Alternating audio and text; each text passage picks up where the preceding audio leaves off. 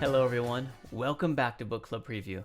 I'm Michael, and today we're looking at the Mark of Athena, chapter 22, continuing Leo's story.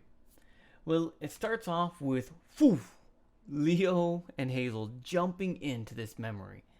And at first, it feels so real. Everything looks so real. Except for, Hazel looks like a spirit. Leo looks like a spirit too. But Hazel says, hey, it's okay. This is just a memory. They can't see us. They can't interact with us. We can only see them. And Leo feels a little weird, but he watches the memory to see what goes on. He sees a bunch of kids come out of an old schoolhouse. And they're either black kids, in Native American kids, or Indian is what they called them in that time, but Native American, and maybe Hispanic too mixed in there. And they all come out of this school and they're all running around. And then Hazel slowly starts to come out. When Hazel comes out, she's against the wall, trying not to be seen. And then the kids point at her and like, hey, there's the witch girl. And that's when a really big guy comes out, Rufus, and he starts bullying the witch girl, which is Hazel. So he kind of gets to Hazel and he takes her lunch, and then the girls say, don't eat that lunch, it's poisonous. And so he throws it on the ground and he steps on it. And then he says, give me one diamond. Give me a diamond, witch girl. I know your mom can get diamonds. Give me a diamond. And then at Hazel's foot, a little diamond appears. And we know she doesn't want him to take that because then he'll get cursed. But he goes down, he's about ready to take it, and then suddenly Leo comes out. Wait, Leo? Well, we know it's Sammy, but Leo looks at it and it just looks exactly like Leo. And Leo's like, what? That guy looks just like me. Same smile. Oh, looks like he's in trouble just like Leo is. And they act just the same. And fake Leo has this cone in his hand. And he goes, Cut! No, that is not how this scene is supposed to go. Script, come on. Now, and this part can be a little confusing because he starts to call Hazel this name of this really famous actress who's really beautiful at her time. And everyone thought she was just like an amazing, beautiful actress. And he calls Hazel that name. And Rufus, he calls this really handsome actor's name, Clark Gable. I think, yeah, Clark Gable, old, dead actor, but very famous, was very handsome. And then they changed it to something Cooper. Gary Cooper? Yeah, Clark Gable, Gary Cooper. Gary Cooper, another very handsome, kind of cowboy actor. Many different kinds of actors, but that kind of face. Handsome American kind of style. And so he calls Rufus this name, Clark Gable, but then everyone says, no, don't call him Clark Gable. This is Gary Cooper. And he's like, oh yeah, Mr. Cooper. And so everyone starts laughing as Leo starts to pretend they're acting out this scene. And he's just making it sound so ridiculous that all the tension disappears. Except for Rufus. Rufus starts to feel really embarrassed. And he's starting to get really red-faced and everyone's laughing at him. And Leo scoops down and picks up the diamond and puts it in his pocket. And he kind of talks to Rufus like, you're supposed to act like this.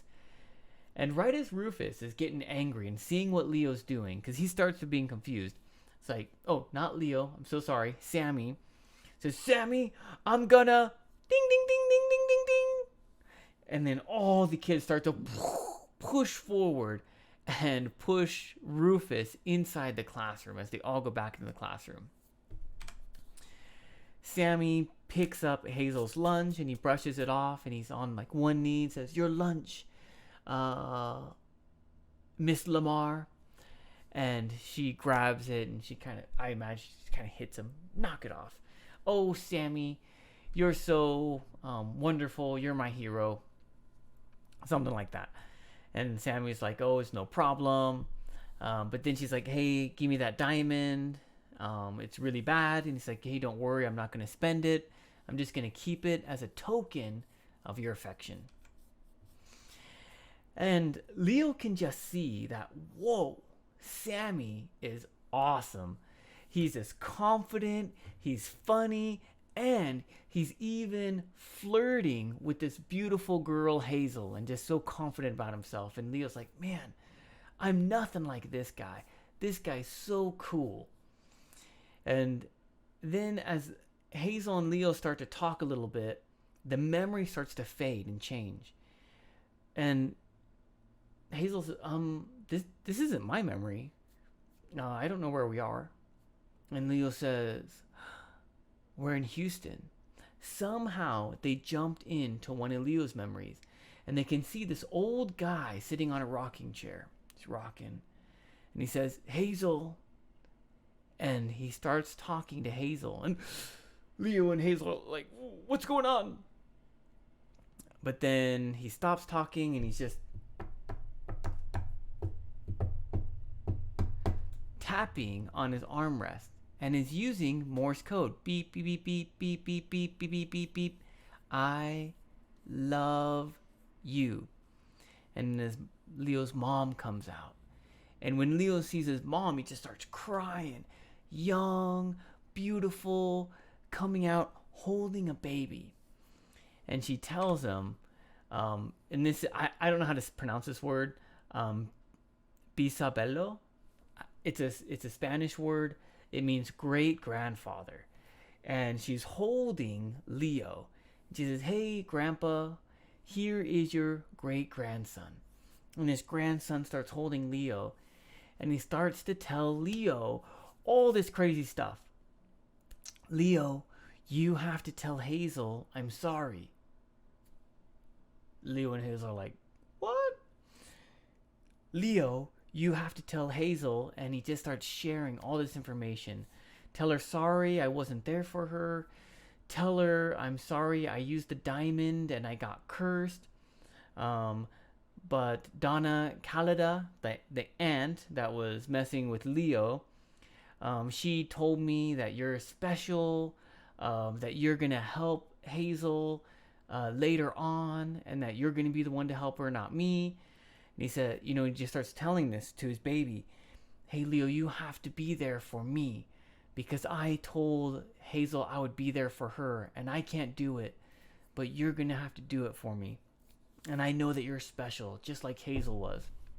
And Leo and Hazel are just like, what's going on? Leo's crying, Hazel's crying as they see this, and they realize that Leo's great-grandfather was Sammy Valdez.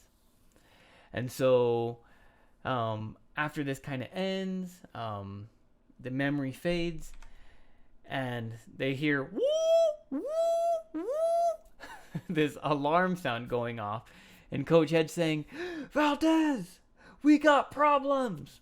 Those sea monsters we were talking about, one of them found us. And that is how the chapter ends. Vocabulary. Let me speed through these. Oh, lustrous. We had those. Okay, here we go. Vaporous silhouette. That's where we need to start.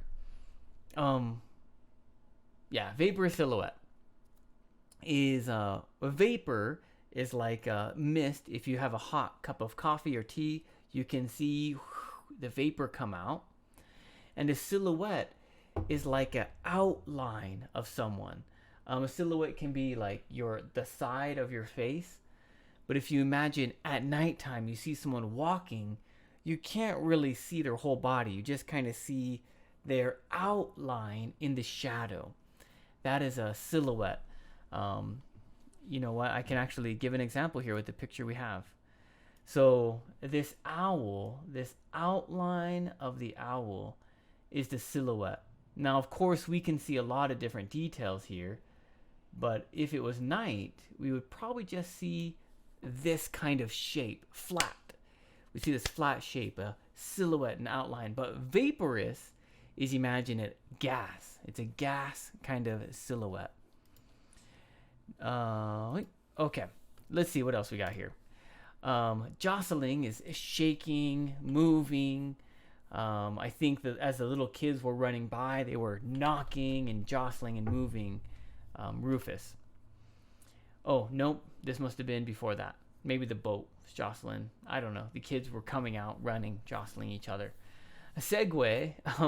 This is like a scooter that you kind of hold on to. It has two really big wheels, and you kind of use it for power, but then you move your body to steer it, and maybe even back and forth. You move it. Maybe there's no power there. That machine, the original design is called a Segway. And now there have been many copies, but if you Google that name, you can see many different pictures of this kind of, it has just two huge wheels and then a balancing thing in the middle that you can kind of ride on. A dunce cap. This is old times when there was a student that was really bad, or maybe didn't do their homework or missed a question, whatever.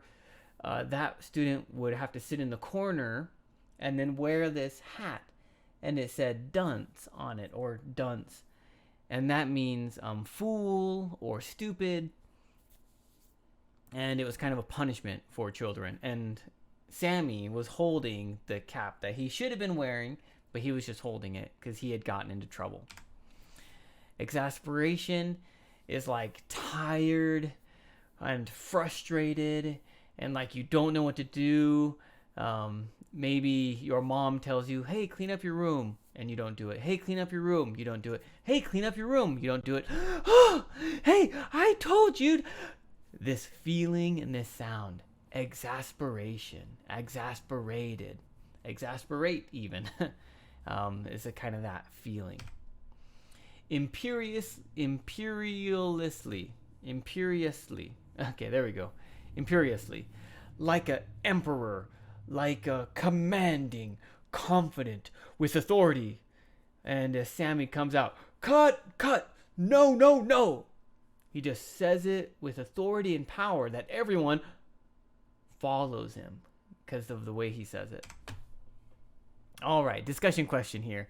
And there's a bunch of different discussion questions we can ask. But on my mind, I just kind of wondered, in this situation where Sammy was dealing with Rufus, okay, Leo says that he used the same technique whenever there were bullies for him. And Leo went to a lot of bad schools. You probably didn't have this experience quite like Leo or Sammy or Hazel. But how would you deal with Rufus? Or how would you deal with bullies? Or how have you dealt with bullies in your life? Right? When someone tries to use their power to control you or to do something, what do you do to get away from them or to trick them or switch them, whatever? Of course, please make your own discussion question. That is all the time that we have for today, but thank you so much for joining me for this episode of Book Club Preview. I'll see you soon. Bye-bye. Hey, if you have any questions about the video today, please feel free to leave a comment in the comment section. If you had any other vocabulary words that you wanted to know what they meant, let me know. And also, if you're interested in maybe joining one of these book clubs, please leave a comment and I'll get back to you. Thank you so much for watching. Bye-bye.